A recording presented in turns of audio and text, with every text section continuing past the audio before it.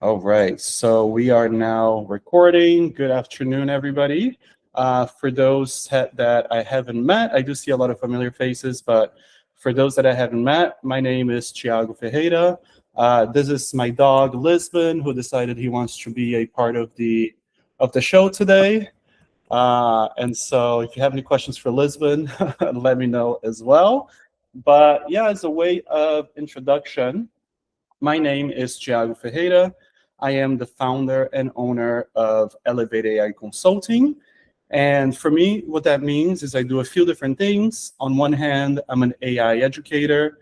So doing a lot of events like this, workshops, corporate trainings, you name it, I usually do it when it comes to education. I'm involved in a lot of colleges, high schools as well, and just overall trying to get everybody, you know, used to using AI and knowing how to get the most of it. So that is on one hand. On the other hand, I'm also an automations consultant. So I'm usually working directly with the leadership of companies, setting AI strategy, coming up with automations such as agents, AI agents, for example, and all of these different things that we hear are so trendy nowadays. And I do have my LinkedIn here as well. I do love it when people add me. I do get a lot of questions usually after these workshops, and I am happy to answer them and address them as well. For today, we are a pretty small group here, and so I would say if you have any questions, you can go ahead and jump in. Just say, hey, Thiago, I have a question about what you just said. I'm totally happy to address it in the moment, or if you feel more comfortable, also put them in the chat, and we'll have a few minutes at the end to address everything. Right, so today, it's about competitive advantage, right? And the reason that I chose this topic for today is actually I'm now also an AI professor at IE Business School in Spain. That's where also I got my MBA. And they asked me to come up with a session on competitive advantage and AI for their alumni and the MBA, the executive MBA students. And so when they asked me for that, I figured, hey, you know, my favorite thing to do is to get paid by a big institution and then share that content for free with the community. So that is exactly what we're doing here today. I'm really happy to share with you this content that this session that I came up with for these MBA students. So let's start, right? So first off, as a refresher, I know that we're all in business here, but just as a quick refresher, what is competitive advantage, right? And competitive advantage is really what allows a company to outperform its rivals over a sustained period of time, right? So we can think of it as the unique strengths of your business that allow you to either deliver superior value to your customers or operate at a lower cost, right? Therefore, making it difficult for your competitors to imitate you. So the goal really is allowing for higher profitability and market leadership, right? That is competitive advantage in a nutshell. It's what differentiates you from your competitors and allow you to either charge a higher price or charge a lower price if that's the market that you're competing in, or overall just operate at a lower cost so that you're performing better than your competitors, right? That is competitive advantage in a nutshell. And one of the biggest trends that I'm seeing across different companies is really thinking that AI in and of itself is a competitive advantage, right? Just giving your employees access to ChatGPT or Gemini or whatever the case may be, then that in itself is going to provide you some type of competitive advantage. And what I'm here to tell you is that it is not. AI in and of itself is not a competitive advantage, but applied AI is. And that's because access to technology is no longer rare, right? Would you look at the internet today and say having the internet is a competitive advantage? No, it's not, because 99.9% of businesses out there, especially in a developed economy like the US, also have access to the internet, right? And so that in itself is not a competitive advantage, but it is about how fast, how intelligently, and how consistently companies are actually weaving this AI technology into their culture, into their everyday operations, that can, in fact, give you a competitive advantage against your direct peers. And in the case for me and my company, Elevate AI, I am going after the giants, right? I'm going after the big consulting companies, and I am competing with them directly and finding ways to apply AI in order to give me a competitive advantage where I really shouldn't have one, right? Against EY, against Accenture, against Deloitte, etc. That is the opportunity that we have here, is leveling the playing field so that we can have a competitive advantage in this market and into the future. And as I mentioned, the biggest mistake that companies today make is thinking that AI tools are enough. That's a myth.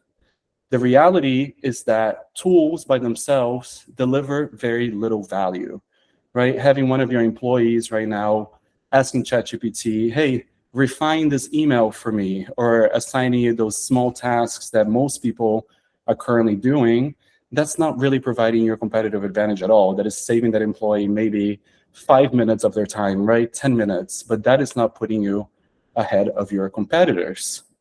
Tools, as we know, democratize, right? But actual capabilities are what differentiate.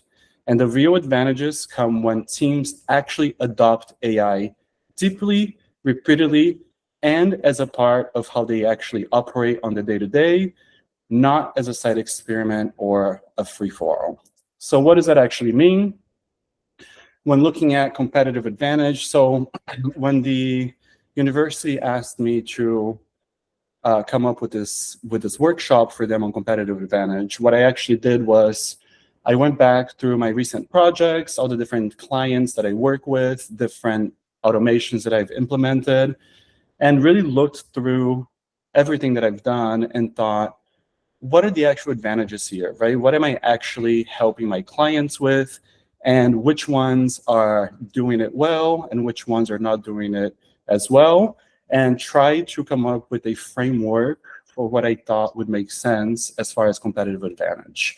And what I've come up with is this 3 advantage framework that, to me, if I try to visualize it, looks almost like an iceberg, right?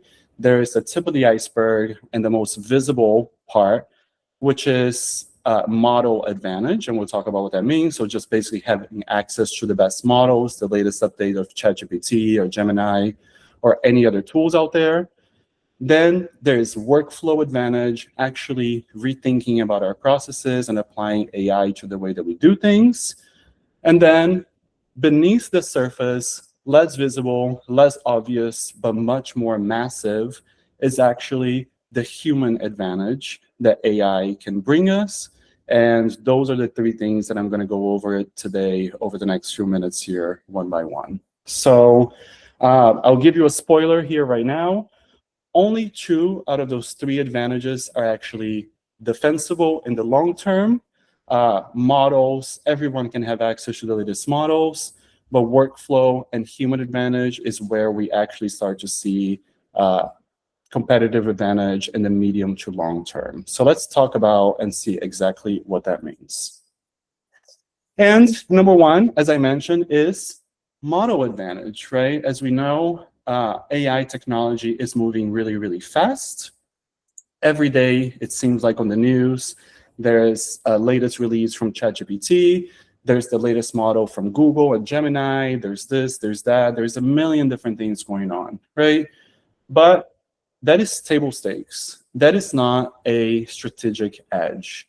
Virtually any company can give access to employees to tools like ChatGPT, Gemini, and Copilot, but giving access is not enough. And as we're seeing over the news over the last month or so, the conversation around AI has really, really shifted. I don't know if you've noticed that we've kind of gone from AI is amazing, let's AI everything.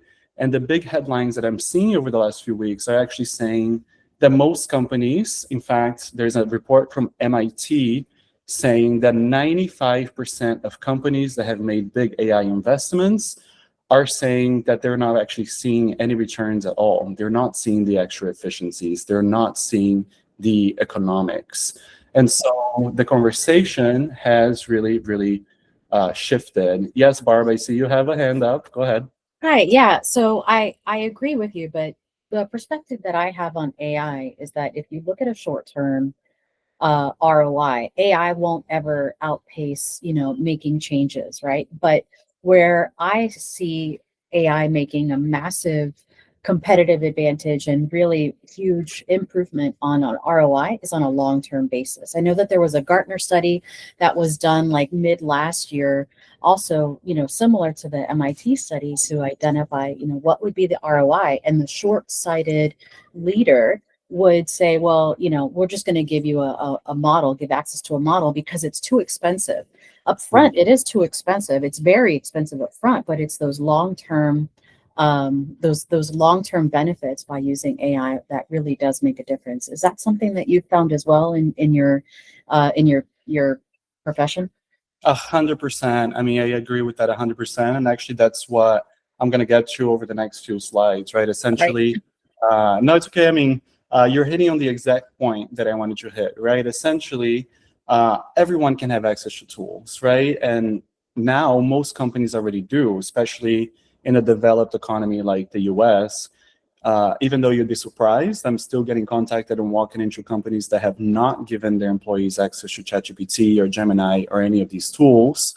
So they're already behind for sure. And the companies that are giving the employees access, yes, that does provide a competitive advantage. But I would say in this case, only in the short term, right? Only until your competitor also gets ChatGPT and learns how to use it really well. Right, so that is exactly, thank you for bringing that up, that is exactly what I'm seeing as well. Model advantage, a lot of companies are thinking, oh, I'm gonna give access to all my employees to ChatGPT, and that's gonna give us a competitive advantage. Sure, it might for a few weeks, maybe a couple months, but not past that, right? Like I said, I gave the example of the internet. Maybe having the internet in the beginning when it was first launched gave your business some type of competitive advantage. You could be the first one to launch a website, have some online presence, right? But fast forward a few years later, everybody has that. And so it's not really an advantage anymore. It's actually just a requirement, right? The business is required essentially to have internet, right, in order to operate. And that's the way that we are going with AI as well. And here's the example, right, is essentially a shotgun approach. I walked into companies and they were like, yeah, no worries. Like, not only did we give access to ChatGPT, but our employees also have access to Gemini, and we got this other tool, and we got Copilot, and we have this, and we have that. But in fact, none of the employees actually knew very well how to use it, right? And the example that I have recently was working with a Fortune 500 automotive company. And what I walked into was essentially a war zone, right? They had no centralized AI policies. They all had access to all the tools and all the latest technologies. And there was a big fight between each department trying to be the one with the right governance, the right usage, the right use cases. All of the marketing director, the sales director, the logistics directors, everybody basically in this war with themselves, trying to be the ones to determine how the company was going to move forward with AI, which, as you can imagine, is also a big personal career opportunity for those people, right? Essentially setting the standard. So they had taken the shotgun approach, applied every single tool that you can think of, had very little training for their employees. And what they were seeing was actually, number one, the civil war in the company. And number two, their technology costs just rising up and up and up as they gave all of these employees access to tools, but not actually seeing any efficiencies from that, right? Not seeing any actual ROI. And so model advantage can provide you a competitive advantage in the short term, but only until your competitors also are able to catch up and give all those same tools and those same models to their employees, right? So model advantage, short-term advantage only for the time being. Where we actually start to create some competitive advantage towards our competitors is in our workflows, right? The real value actually comes when we take the time to sit and think through the tasks and the things that we actually do or that our employees actually do, and figure out, number one, if those processes actually make sense, right? And number two, what parts of that process can AI actually help us automate, right? So this is where we start talking about automations. This is where we start talking about AI agents, right? That can provide you an advantage in the medium term. And that's because your competitors also at some point will also be able to sit down and reevaluate their process, come up with AI agents or automations and things like that.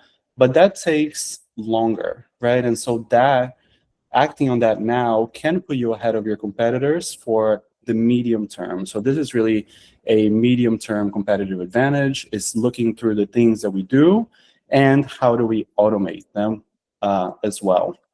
And I can give some examples here of what that actually looks like, because a lot of times when I talk about automations and agents, like that's where I lose people because I haven't seen what that actually looks like yet.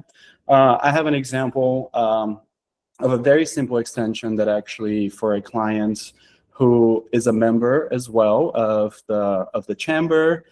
They contacted me. This is a health insurance company, and their pain point was that they were using this dashboard from the early 2000s in order to track their health insurance applications, didn't give any notifications, didn't provide them with a lot of information, and they had an employee, like an actual person, going every 30 minutes and refreshing that dashboard and trying to figure out, if they had to send any notifications to their insurance agents about their applications, right? So imagine this, somebody sitting there all day long, just refreshing a dashboard, right? That is no value add for the company. And so we were able with AI to create a very simple extension for their Google Chrome that now just watches that page all day long and sends out those notifications to the health insurance agents, therefore freeing up that person that was refreshing the dashboard every 30 minutes to actually do her job and actually do the things that actually bring value to the company, to actually sell, right? Rather than just sit there and do this crazy job of just refreshing a dashboard all day long, right? That doesn't make sense. Then there are different automation tools such as Make.com and Zapier that can help you automate your repetitive tasks. Those are really the things that will bring you a competitive advantage.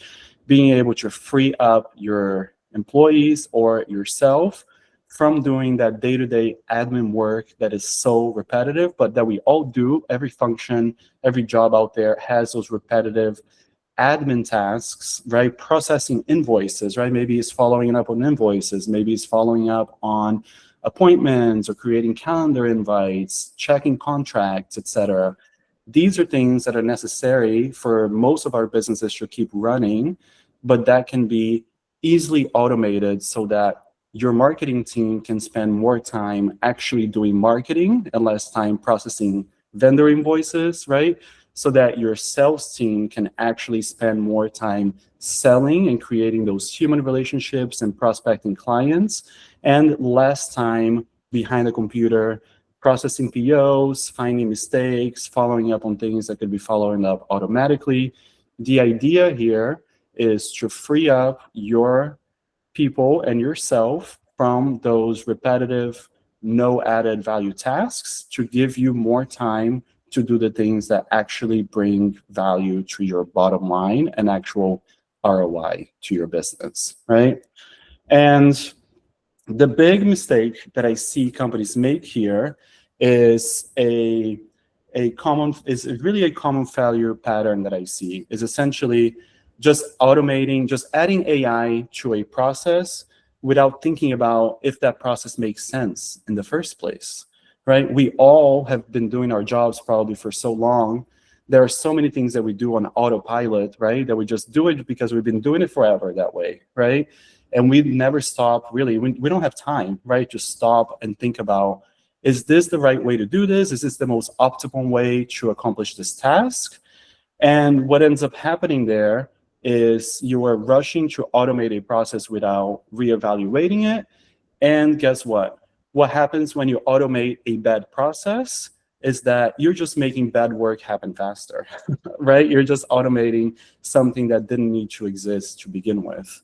So the solution and where you can actually find competitive advantage is to take the time to sit down and think through the process, think through the different tasks that you do on a day-to-day basis, and then find the efficiencies, eliminating tasks that don't need to happen anymore, and rethink the process from the beginning, including where applying AI actually makes sense, and then deploying it. Not just sitting down, let's automate this process and go with it and just hope that this is the right process that we should have, right? And so model advantage can provide you a short-term advantage until your competitors catch up.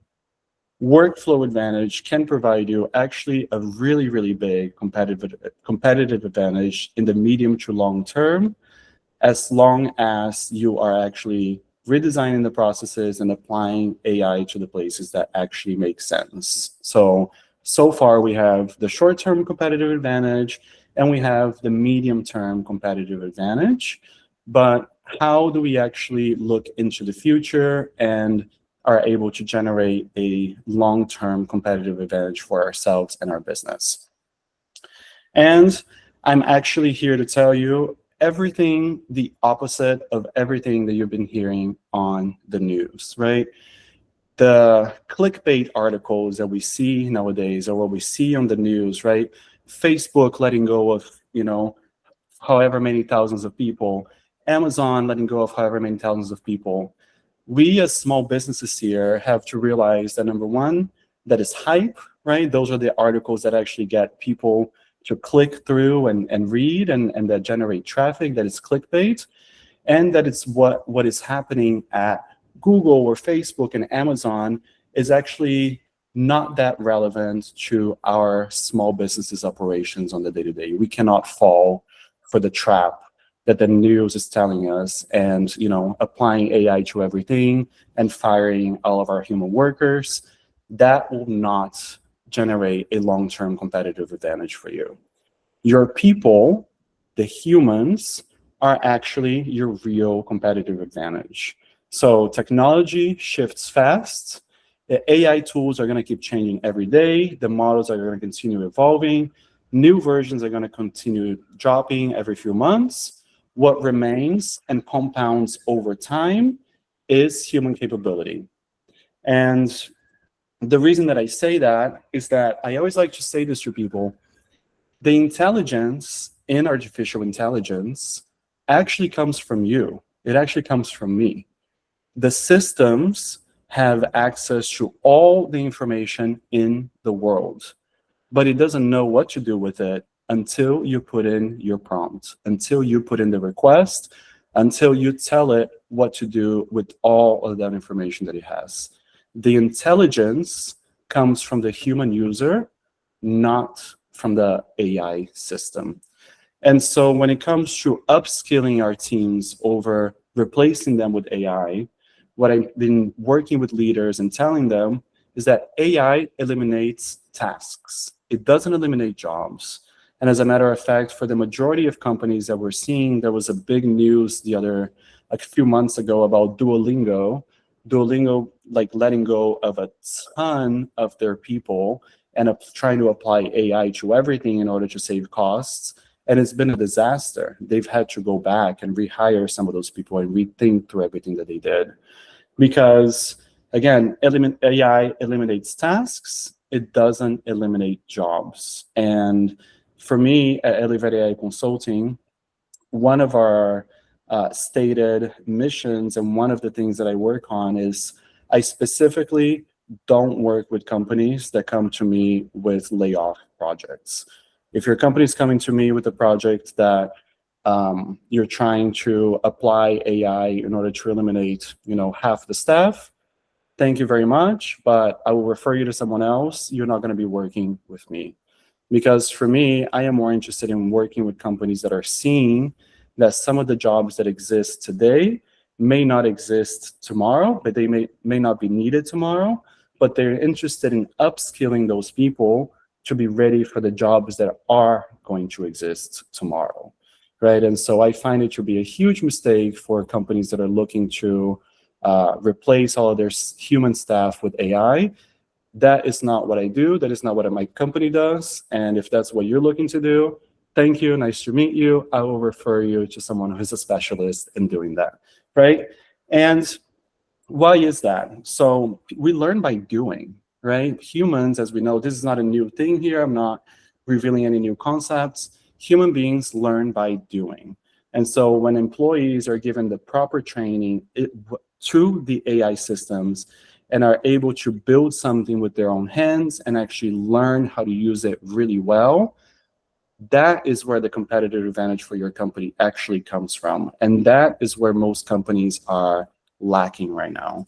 And one of the biggest challenges for me as an AI educator has been that AI is so easy to use, right? That anybody just picks up ChatGPT and sends a prompt or two and asks a couple questions, and they think, oh, I know how to use AI, I'm good. But as a matter of fact, there's so much more to it. Most people are still using AI like a Google, right? Asking very vague questions, receiving very vague answers, and they think they're using it amazingly, when as a matter of fact, that is just really ground zero for what AI can do for you. And so one of the solutions that I've developed and that I found is my signature AI training bootcamp. And that has been the biggest differentiator between my companies and all the other AI companies and AI educators that are out there, is that I am providing for companies hands-on cross-team training. And so what my bootcamp looks like, it is 2 days of intensive AI training. Number one, we do all of the fundamentals and all the basic skills. On day 2, every single employee is actually getting hands-on and building an actual AI use case for themselves, for their jobs, and something that will actually be useful for them. And so therein lies the difference, right? A lot of companies that are training people that I've seen usually will just come in and say, this is a prompt that will help you generate a business plan. This is a prompt that will help you do market research. This is a prompt for this. And they're just giving prompts and just giving examples, but no actual building, no actual hands-on work. So what I've developed in my bootcamp is, number one, I require that there be people of every level in my bootcamps. So from the CEO down to the newest intern that just got hired, everyone is working together in my bootcamps, learning together, solving problems together, thinking through processes together that each person does in their own jobs, sharing about that with everybody that's in the room, right? Like, how often do we actually have visibility of what our coworkers actually do on their day-to-day? What steps do they follow? And so we're learning together, we're building together, and we're doing real hands-on work. And some of examples, people always ask me, so you do these 2-day boot camps and you're saying that people are actually building things in these boot camps. Like, what is possible to actually build in just a few hours within those 2 days in the boot camp? Well, thanks to the power of AI, it is possible to build some really impressive things, right? So one company, the same Fortune 500 company, for example, that I just gave the example before, they have these sales materials that their marketing team was manually updating every time a product changed or a price changed, and then sending those out to the salespeople, right? They were able to actually build something so that those sales sheets and those one-pagers and those marketing materials would automatically be updated every time that there was an update. And so the salespeople, therefore, always had the latest materials up to date, right? So that's something that we built. Another company that I was working with built a little bot to go through all their videos that they would get about testimonials so that they could pull specific quotes and high impact moments from those testimonials in order to use in their marketing materials and use on the website, rather than having to review that video manually one by one. And my favorite and most impressive one that someone built So this is somebody from a marketing team, not a coder, somebody that had never developed anything in their lives. They built for their team an internal prompt library app, so that every time somebody was using a very good prompt, that they got a very good result from an image generator or from ChatGPT or from a video generator or something like that, that they could go on this app, upload that awesome prompt that they used, and share it with their entire team, and have other people comment and rate it and things like that, and have a centralized source of prompts for their team. And again, built within a 2-hour block in my 2-day bootcamp, right? Something actually useful, something actually tangible that is going to give them ROI, not a year from now, not 6 months from now, the very next morning when they go back to work and start using it, right? Something that can be applied immediately. And so that is my capability model and the transformation engine that I'm usually working with companies. Number one is training together. I don't train in silos. I don't go in and just train the VPs. I don't go in and just train the CEOs. My model is that we all train together. We build something together. Each person builds their own thing, but we're all together in our boot camp. We pilot it together in the room that same day. We test with the real products, with the real use cases. And then the very next day, they have something that is ready to apply immediately. That is how you build AI capability. It is not by outsourcing the transformation. It is by actually empowering your people to own it, right? And so that is, as far as I've seen so far, the companies that are actually seeing some type of competitive advantage and that I expect to keep it in the long term are the companies that have realized, oh, to use AI well, it actually takes training. I can't just allow all my users, all my employees to have access to ChatGPT and let them figure it out, right? It takes training, just like with everything else that we do. As we mentioned already before, the MIT report is saying that about 95% of AI pilots in the enterprise levels are failing to deliver any measurable financial results. And that's because 60% of them have poor integration and they don't redesign the systems. And so that has to do with that second competitive advantage, right? The workflow advantage that I talked about. But really, 40% of the projects are failing because there is an adoption gap. So companies spending millions of dollars on these projects, not training their employees, not communicating well how to use it, the importance of using it.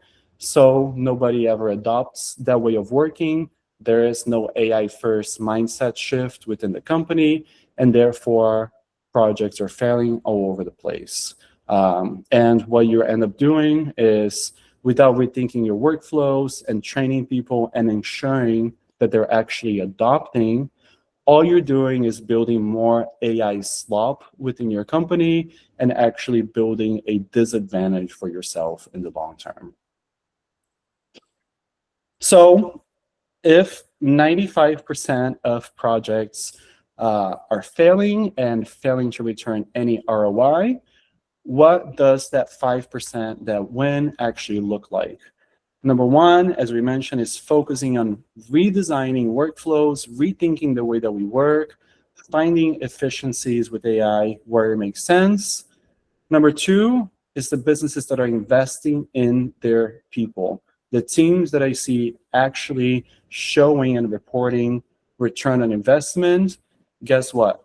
They're the teams that actually know how to use AI, right? Not the teams that were giving ChatGPT and told good luck, the ones that actually received good training. These are also the companies that are embedding AI in the culture, right? Ensuring AI is actually being adopted and part of the operating model, not just an additional tool that people have. And then, of course, as I was mentioning the example of the bootcamp, for me, what I'm seeing, it is the companies that are starting with small projects and then iterating. Micropilots that deliver quick wins and compounds over time. The companies that I'm seeing lagging behind are the ones that are spending actually millions of dollars on these huge AI transformation projects that have taken months and months and months to develop and may not actually ever come out. Or when they do, they come out without any proper training for the team. So starting small is always the best option and the path that I usually take with my clients. And then overall, just thinking of AI as a strategic imperative. It is not an experiment. It is not a set of tasks. It is a new part of our company. It is one of the main tools in our tool set now and for the foreseeable future. So as a short recap here, right? Models, everybody can, and in a very, very short amount of time, will have access to the latest models. So that is baseline. It is not a defensible long-term advantage. It may give you some short-term advantage, but nothing in the middle to long term. Rethinking and redesigning your workflows, that is in fact a durable advantage that can give you a competitive advantage in the medium to long term. But the only compounding strategic competitive advantage in the world of AI is actually still on the human side. The companies that are winning are the ones that have trained and capable teams who know how to use the systems better than everybody else. And so how do you actually build competitive advantage for your business? It's by combining those three things. It's by combining the best models, by actually thinking through what your work actually look like, but remembering and investing in the human capability, the upskilling and preparing the people that you've already invested so much in, right?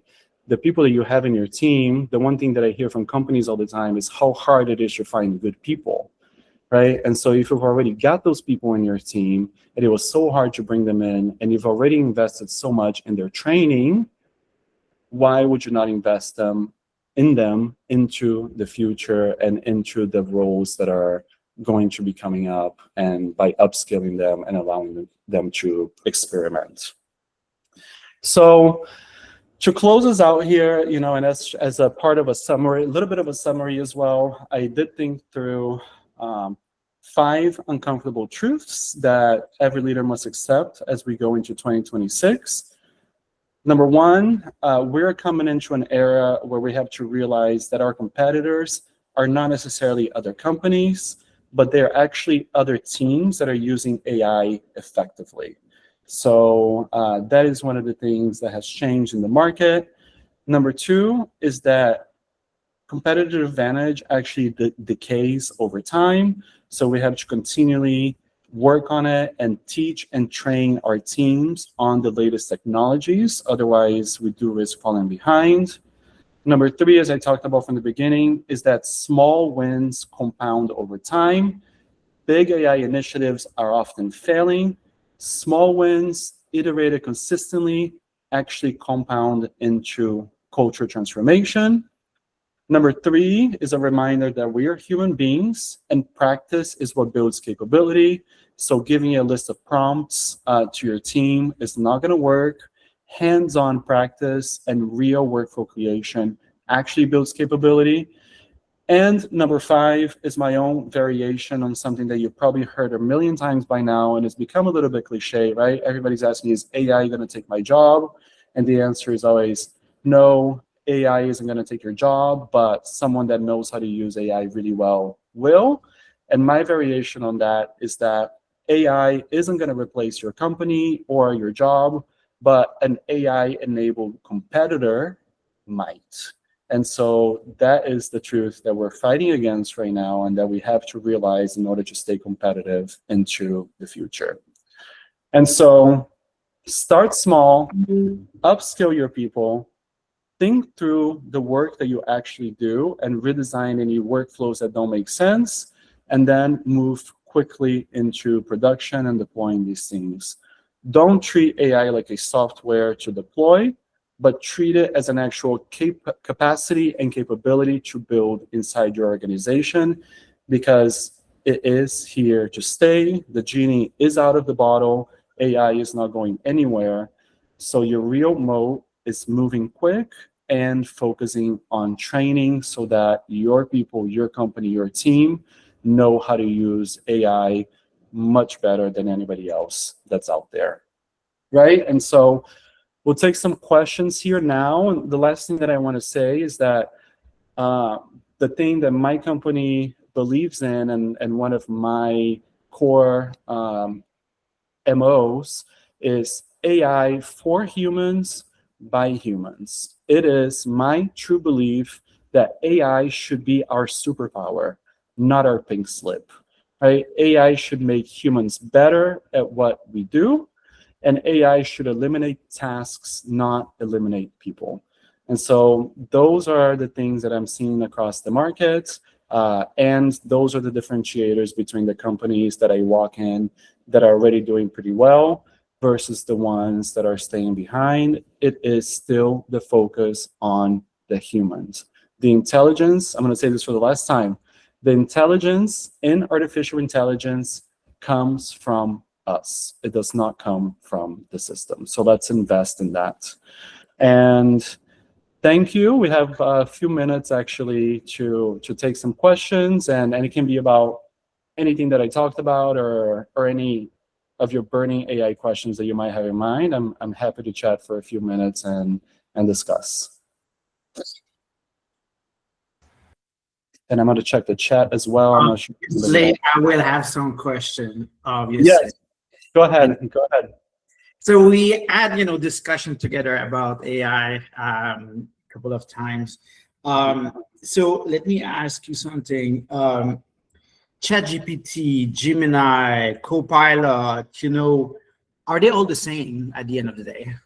Yeah, so they're all basically the same. For most companies, right, I usually say, if you already have Gemini included, like if you're using Google Workspace and Gemini is already included, go with that, right? If Copilot, if you're a Microsoft company and Copilot is already included, go with that. If it's not, go with ChatGPT, because that's in general the best tool for 99% of people. But my real answer is that the best AI is the one that you know how to use really well. And so it doesn't matter which one of these systems it is. They're all pretty much the same. As long as you know how to use it, you're going to get the most out of it. I found that Copilot, I use a lot of Copilot for reply to emails because it's already there. Yeah, so I don't have to go to ChatGPT, write something and bring it, back to my email. I find it very useful because I just, answer. And I just look at the answer. And usually it will go through the chain of email. It will answer exactly what I want, But my question is that this Copilot is as trainable as ChatGPT? Yeah, so if you ever noticed, actually, ChatGPT is built into Copilot. Copilot is using ChatGPT in the back, because I don't know if you know this, but Microsoft actually owns 49% of OpenAI, the owner of ChatGPT. And so as soon as a new ChatGPT model comes out, it's already in Copilot as well. And so it just is a different skin for the same thing, really. The advantage that Copilot does have, as you mentioned, it's already there. It's built into the system. It can search through your files, right? So it does have some advantages. But yeah, they're pretty much the same. Okay. But Steven, you're a very particular case, because I know that you're using it very well. You've been using it for a long time. And so I know that, you can tell some of the differences between the tools. You're pretty much a power user at this point. I know that. Any other questions out there that I can? I have another question, Thiago. This is a little bit unrelated to your presentation, but there's a lot of companies. So I'm in between jobs, and there's a lot of companies that are using AI technology to vet candidates. Do you have any feedback on that, on how is the best way to address the situation of going, how do you say, the filter of AI versus, so that even if you have good background for a job, let's say? Yeah, I do have some thoughts on that. It's kind of a funny situation, right? Because it is job applicants using ChatGPT to optimize their resumes. And then on Yes. the other side, it is ChatGPT analyzing those resumes, right? And like Yes. picking candidates to go with. Exactly. So it's like AI talking to AI, basically. And Mm. so my honest advice to you would be to focus on that human element. So obviously do that, right? Like have ChatGPT analyze your resume, have it put in the keywords that you need for that position. Basically, other AI can find it. But to your point, everyone is doing that. So the way that I've seen people differentiate themselves is by going on LinkedIn, finding the hiring manager, right? Messaging that person directly saying, hey, I'm really interested in this job. I applied, right? Because otherwise, there's really no way to stand out. Or like trying to find one of your contacts, right? Hey, can you introduce me to somebody in this company? Sure. That is still the best way to go. I'm sorry that I don't have a better answer than that. No, but that makes sense. I mean, that's pretty much what I've been doing apart from my own business right now. Yeah, is reaching out to LinkedIn. It's a very great platform for that. And that's what I use a lot. I mean, and it's such a crazy situation, right? Like I said, it's basically AI talking to AI. I see the same situation in schools. Like I volunteer in with the Greater Achievement, Junior Achievement of Greater Miami. I teach some finance classes in some different high schools, and I'm talking to the teachers, and they're telling me the same thing. They're like, okay, so my students are using ChatGPT to do their homework. I'm using ChatGPT to grade their homework. So Right. what's Just the point, great. right? Or you see college students right now, right? Like the big complaint, like especially people that go to the Ivy Leagues, right? Like people go to Harvard, people go to Yale, and then they get there and their professors are using ChatGPT to grade their papers. Yeah. And they're going, I could have done that for free at home. Why am I paying $100,000 a year? For ChatGPT to grade my paper, you know what I mean? And so I think we're gonna get out of this cycle. I think we're stuck in it right now because AI is still a little bit new, so there's still a lot of AI talking to AI. But I do predict that as time passes, we will find the balance, Good. both in education and in recruiting as well. So Wonderful. Great. Thank you. Tiago, I've got a question for you. You talked about your boot camp. How do you do your pricing on that? Yeah, I can send you if you want to send me an email after this, and I will send you the catalog. But I do have a standard price for it. It's a 2-day boot camp. The other thing that I've done for companies as well is break that boot camp into smaller sections. So if you don't want to do the full boot camp for your team, I have like a 3-session package, like depending on the level of the team. But I'll be happy to send you the catalog with what those options are. And a follow-up question on that is, would that work for multiple companies? I'm looking at all the chamber things. Would a boot camp sponsored by the chamber be something that you could arrange where you might have multiple businesses involved? Yeah, I would love to. So actually I've had a lot of requests by individuals as well. So far, Marty, I've only done boot camps inside of specific companies, right? For their teams, for the marketing team, sales teams. I do have a lot of individuals coming to me asking if they can participate or have some private training with me.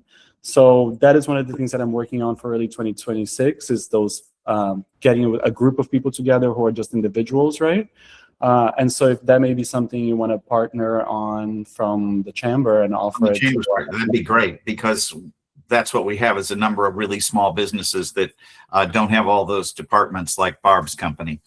And I really don't need all that training for my secretary and bookkeeper and I, but I clearly would like that training. And I think there's a number of small companies that are in the chamber, and it might be a great program to promote. So let's talk about that. Yeah, and you guys have the perfect location for it as well, with the meeting room there in the visitor center and all that. So perfect. Yeah, let's talk. It could be a fun thing to do for 2026. Very good. Thank you. Tiago, I shared my question via text. Oh, let me see here in the chat. Okay, so for small, mid-sized businesses with limited budget, what is the first AI use case that actually creates a competitive advantage and why? So that is a really good question. It really depends on the team, right? Or on the actual specific tasks that they're performing. But I find that number one, finding ways to automate your meetings, automate notes, depending on the team, automate project management as well, depending on how many different projects your company has.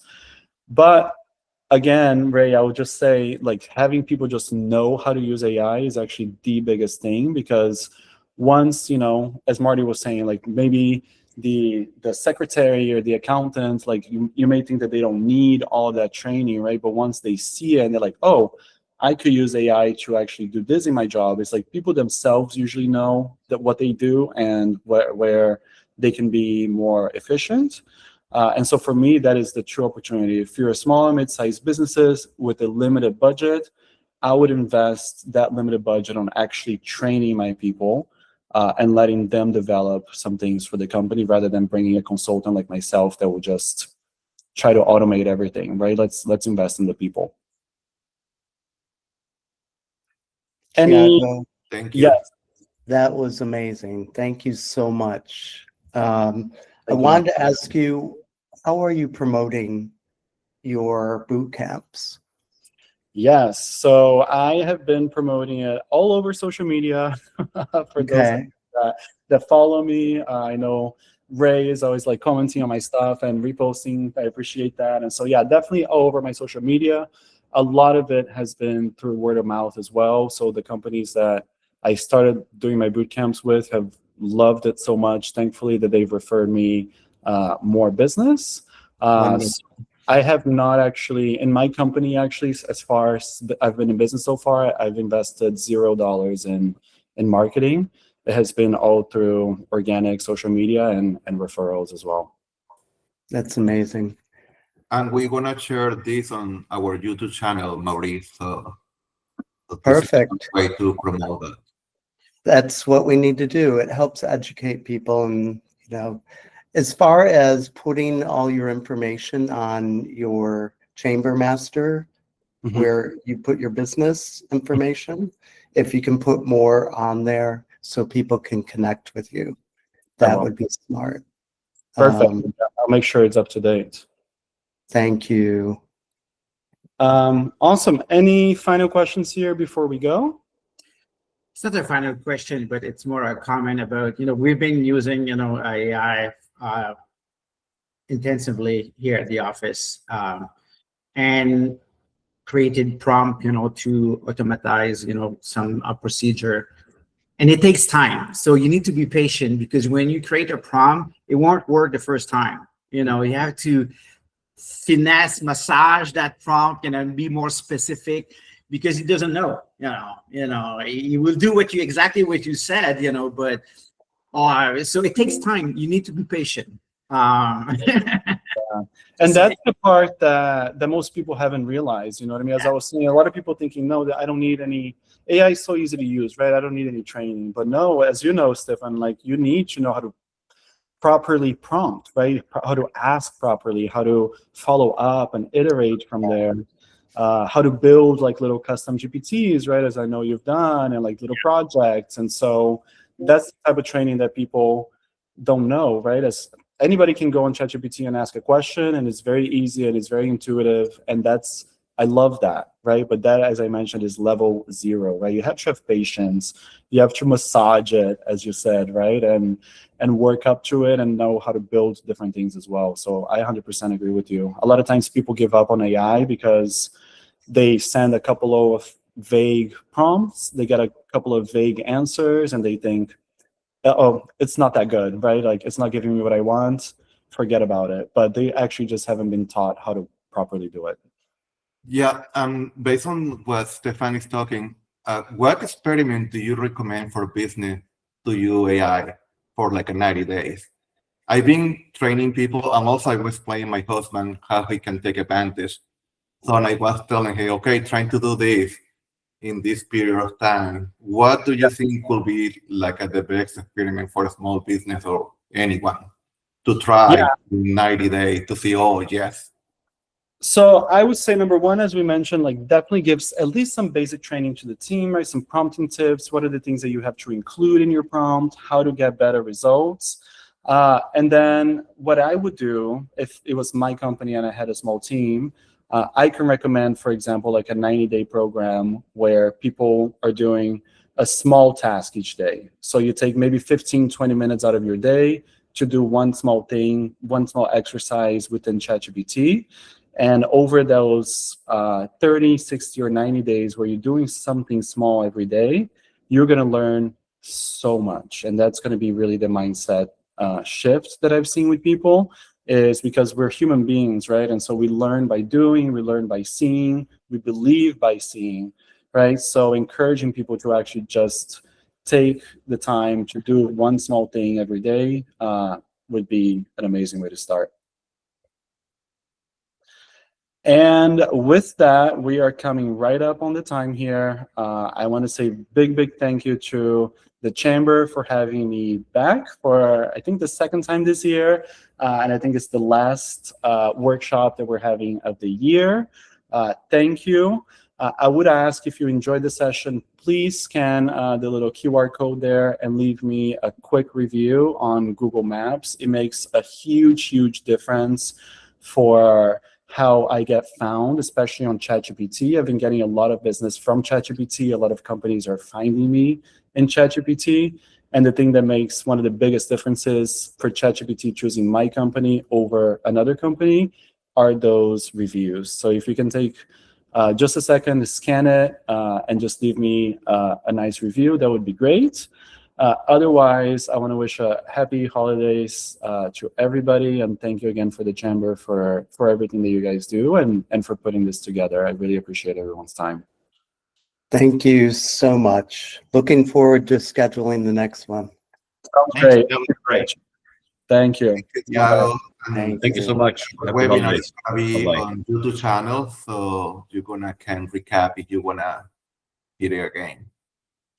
Sounds good. Thank you, Ray. Bye-bye. Bye. Bye-bye.